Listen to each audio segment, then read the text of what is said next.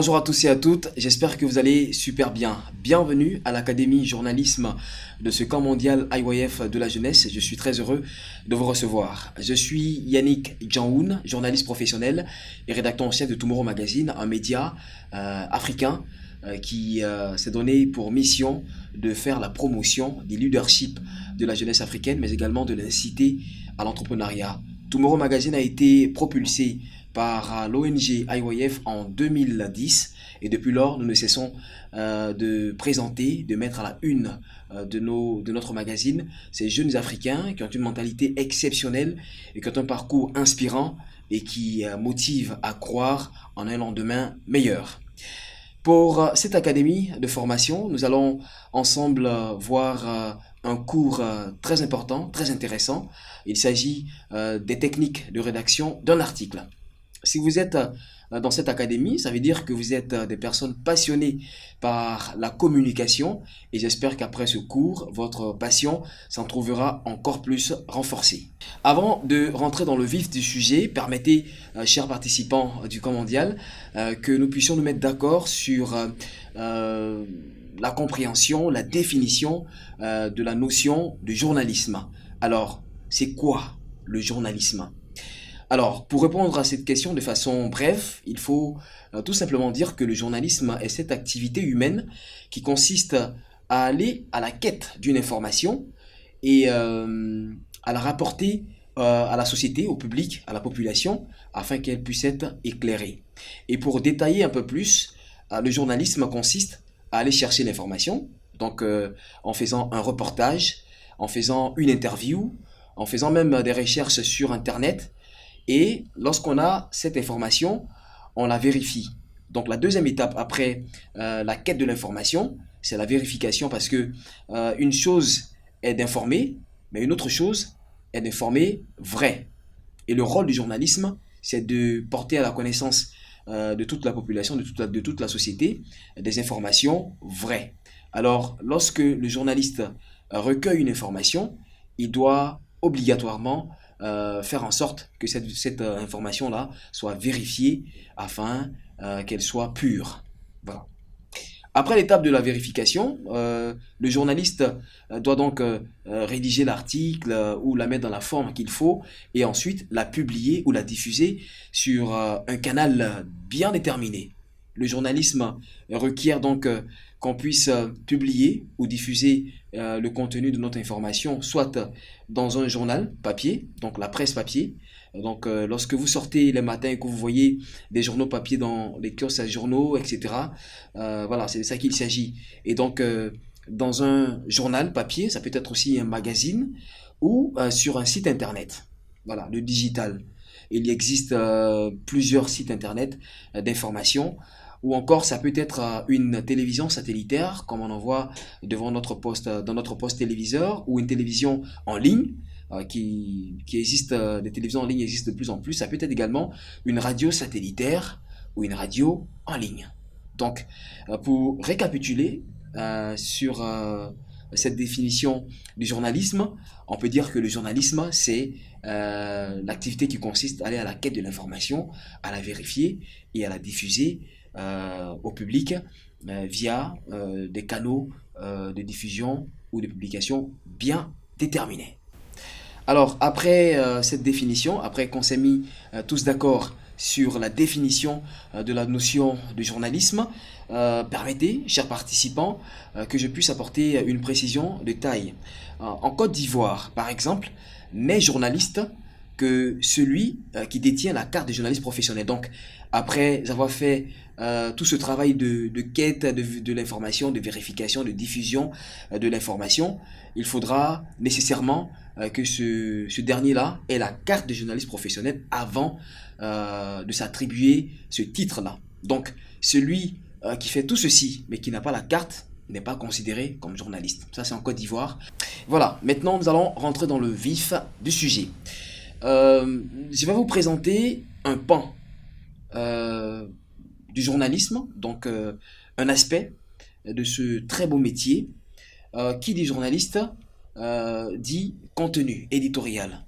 Et le contenu éditorial, il s'élabore.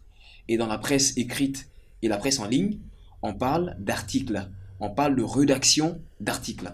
L'objectif de ce cours, il faut le savoir, c'est de vous permettre d'être à mesure de pouvoir rédiger correctement un article de presse en respectant les règles de l'art. Rédiger un article de presse est totalement différent de rédiger un poème ou un courrier d'invitation, une lettre ou un roman. La rédaction d'articles est soumise à des règles, à des principes qu'il faut maîtriser. Alors aujourd'hui, je vais vous présenter trois principes fondamentaux qui vous permettront d'être d'excellents rédacteurs d'articles de presse, d'excellents journalistes. Le premier principe que je vous présente lors de cette académie de formation en journalisme, c'est la règle des 5 W. Alors, qu'est-ce que la règle des 5 W?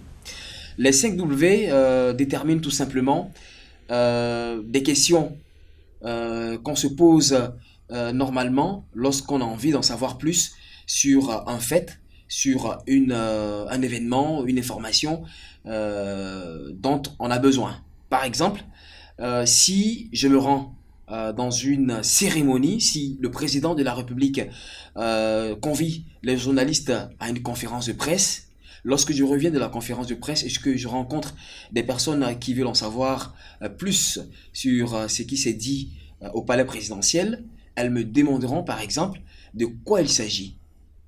Pourquoi est-ce que je suis allé? Donc de quoi il s'agit? Pourquoi est-ce que le président a organisé cette conférence de presse? Qui y était? Donc quels sont les sujets principaux qui ont interagi au cours de cette conférence et de qui est-ce qu'il a parlé? Donc qui sont ces personnes-là qui sont visées à travers cette conférence de presse? Quand est-ce que cette conférence de presse s'est déroulée et où exactement est-ce qu'elle s'est passée? Donc, on a 5 questions. Et ces 5 questions-là ne sont rien d'autre que les 5 W. En anglais, what, pourquoi, who, pour qui, when, pour quand, where, pour où, et why, pour pourquoi. Et donc, dans votre article de presse, il faut nécessairement qu'on puisse avoir réponse à ces 5 questions. De quoi il s'agit? De qui il s'agit?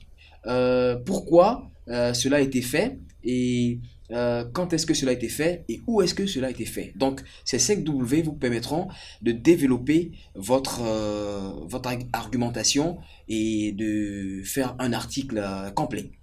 Je prends un exemple très simple. Vous rédigez un article sur un fait qui s'est déroulé à Abidjan, à Dakar, à Lomé, à Bamako ou à Libreville. Et dans cet article-là, vous dites tout, sauf le when. Donc, vous nous dites qu'est-ce qui s'est passé, pourquoi est-ce que ça s'est passé, où est-ce que ça s'est passé, pourquoi est-ce que ça s'est passé, etc., etc. Mais vous oubliez le where. Ça s'est passé où? Où ça s'est passé quand? Pourquoi est-ce que ça s'est passé? Donc, vous dites tout sauf un élément. Alors, on va tout simplement considérer que ce n'est pas un article de presse, parce qu'il est incomplet. Votre rôle en tant que journaliste, c'est d'informer de la manière la plus large possible, de la manière la plus complète possible vos lecteurs. Et donc, si vous omettez un seul W, ce ne sera plus un article de presse. Les 5 W sont une règle fondamentale du journalisme. Lorsque vous mettez les pieds dans une école de journalisme, c'est l'un des premiers cours qu'on vous donne. Voilà, donc je vous donne un exercice, un petit exercice. Il s'agira à la maison de rédiger un article bref, un bref article de 100 mots où vous allez vous amuser à faire en sorte qu'on retrouve les 5 W. Alors, faites cet exercice et puis vous-même vérifiez. Deuxième règle fondamentale, il s'agit de la pyramide inversée. Alors, pourquoi pyramide inversée?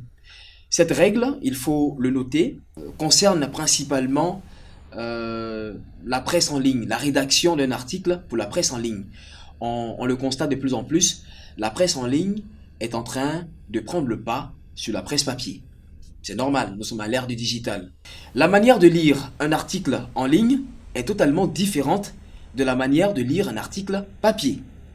Alors sur Internet, lorsque je tape par exemple l'émergence de l'Afrique à l'horizon 2030 par exemple, Google me sortira une liste de sites Internet sur lesquels je pourrais aller en savoir plus sur ma recherche.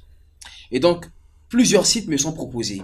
Je clique sur un site et lorsque je tombe sur ce site-là, si dans les premières phrases, je ne trouve pas ce qui touche à mon intérêt, ce que je recherche principalement, l'information que je recherche essentiellement, si je ne la trouve pas dans les premières lignes, eh bien, je quitte là rapidement. Je zappe.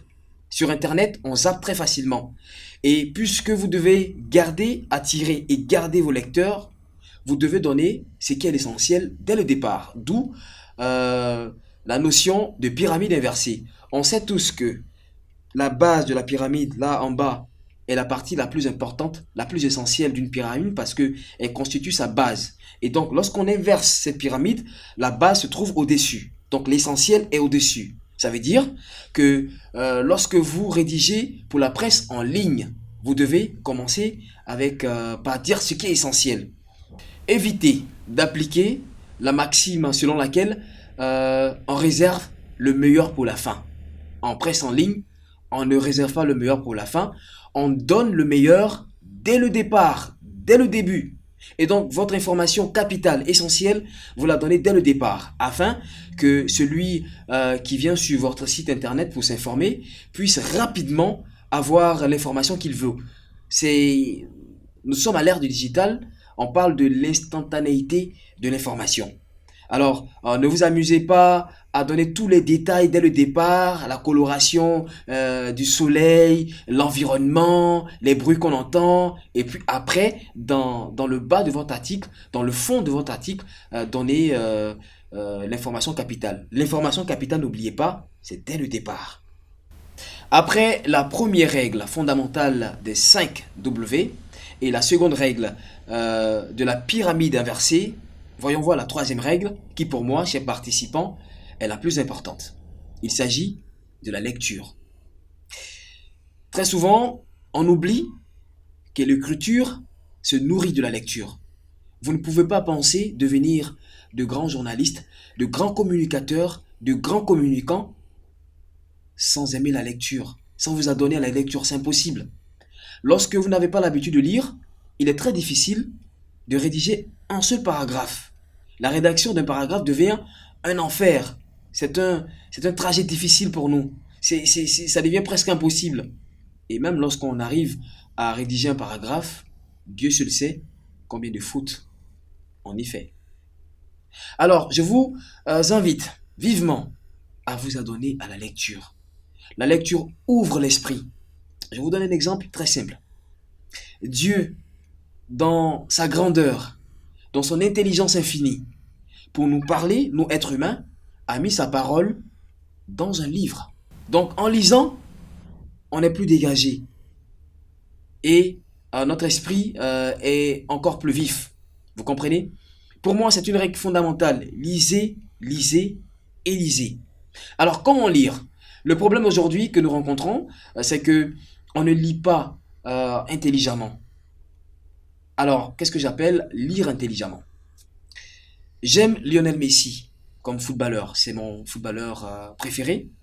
Si on me donne aujourd'hui un livre autobiographique de Lionel Messi, eh bien, que j'aime lire ou pas, je vais dévorer ce livre en un temps record. Pourquoi? Parce que j'aime Lionel Messi, je m'intéresse à sa vie, et donc je vais lire tranquillement et avec plaisir. Par contre, je n'aime pas les mathématiques. Non, je n'aime pas les mathématiques. Et donc, si on me donne un livre qui tourne autour des mathématiques, eh bien, je ne vais pas le lire. Et là, je vais me convaincre que je n'aime pas lire. On dit très souvent, j'aime pas lire, j'aime pas lire. Ce n'est pas qu'on n'aime pas lire. En réalité, on ne sait pas lire. Alors, je vous invite à lire selon votre centre d'intérêt. Lisez des livres qui traitent d'informations, qui traitent de sujets qui vous intéressent. Vous verrez que vous allez vous découvrir un amour pour la lecture. Alors, j'insiste encore là-dessus. Celui qui ne lit pas ne pourra pas devenir un bon journaliste. Donc, il ne pourra pas bien écrire. Il ne pourra pas bien s'exprimer. C'est pas possible. En lisant, qu'est-ce qu'on gagne? En lisant, non seulement notre esprit s'ouvre, on enrichit notre vocabulaire avec de nouveaux mots. Moi, ce que je fais, c'est que j'ai un petit carnet. Lorsque je fais mes lectures, que ce soit sur Internet, sur les réseaux sociaux, dans un livre papier ou comme dans un livre numérique, je relève toujours les mots que je ne maîtrise pas, les mots que je ne connais pas. Et j'ai toujours mon dictionnaire ouvert dans mon téléphone, sur mon ordinateur, ou bien mon dictionnaire physique, papier. Et donc, lorsque je tombe sur un mot que je ne connais pas ou une expression qui m'est inconnue, qu'est-ce que je fais? Je la cherche. Je cherche ce mot. Je cherche cette expression. Et ça me permet d'enrichir mon vocabulaire que je pourrais utiliser dans un article prochain ou bien lorsque je serai un jour devant un public ou devant une caméra. Deuxième, la lecture enrichit également notre grammaire et notre orthographe, notre conjugaison aussi. Vous comprenez? Et donc, je vous invite dès à présent, vivement, de vous adonner à la lecture, mais attention, à la lecture intelligente. Pour terminer, j'aimerais vous inviter à vous exercer, à beaucoup vous exercer. N'attendez pas qu'il y ait forcément un journaliste qui vous suive particulièrement ou un mentor et qui soit là à vous demander de faire ci, de faire cela. Nous sommes membres de IYF et ici, on nous apprend à dépasser notre limite. Alors, dès que vous écoutez ce cours de journalisme, je vous invite à vous exercer immédiatement. Écrivez des articles, faites-vous corriger, réalisez-vous. Vous allez voir que vous allez vous améliorer. Et je vous invite également à visiter notre site internet www.tomorrowmag.net comme vous le voyez à l'écran. www.tomorrowmag.net et pour voir tous nos articles afin que vous puissiez vous en inspirer. Et qui sait, peut-être qu'un jour, vous serez un journaliste, un rédacteur et pourquoi pas le rédacteur en chef de Tomorrow Magazine. Je vous invite également à nous suivre sur notre page Facebook, Tomorrow Magazine, Instagram ou LinkedIn. Là-bas, vous aurez toutes les informations qu'il faut. Et je profite de l'occasion pour lancer un appel à correspondants. Voilà. Donc, dans votre pays, si vous voulez devenir le correspondant de Tomorrow Magazine, écrivez-moi sur WhatsApp au numéro qui s'affiche au bas de l'écran.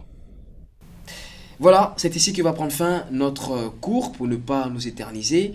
Vous pouvez sur mon compte WhatsApp me poser toutes vos questions. Mais là, je suis en direct avec vous, hein. Je suis connecté. Donc, en même temps que vous suivez ce cours, vous pouvez m'écrire pour me poser toutes vos questions. Merci infiniment à tous et à toutes. Portez-vous bien et passez un joyeux camp mondial de la jeunesse. Que Dieu vous garde. Demain sera meilleur.